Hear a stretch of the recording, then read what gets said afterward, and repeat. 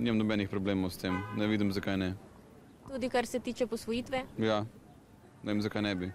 Ko pravijo, ne vem, da otrok, kako bo otrok v vrtcu, ne vem, pred drugimi otroci, ki nima, ne vem, mame pa očete. Kaj pa tisti, ki ima mamo samo hranilko? Mislim, da bi v 21. stoletju mogel že vsak pač se sprijazniti z dejstvom, da je to pač vse danes že nekaj normalnega. No.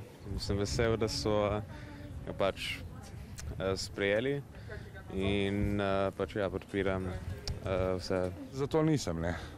Jaz sem tudi oče ene punčke 15 mesecev stare in menim, da oče in mama morajo biti, vsekako ne.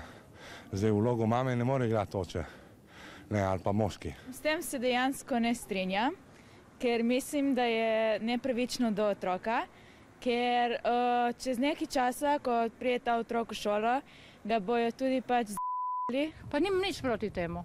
Vsak ima prav, da se odloči, kar mu je. Nisem nič proti, naj se sami odločijo. Tudi kar se tiče posvojitve otrok? Tisto pa je itak dosti regularnosti. Mislim, prvič morajo biti ekonomsko samostojni, ne da so reveži. Vse predispozicije morajo imeti, pa zdrav morajo biti. Da bi na to temo razpisali referendum, kaj menite? Mislim, da naša država ima danes večje probleme. Približujemo se, bom rekel, tistim najslabšim oziroma najslabši v Evropi. To nam totalno v dno, referendumi povečujejo stroške, katerih plačujemo vsi davkoplačevalci.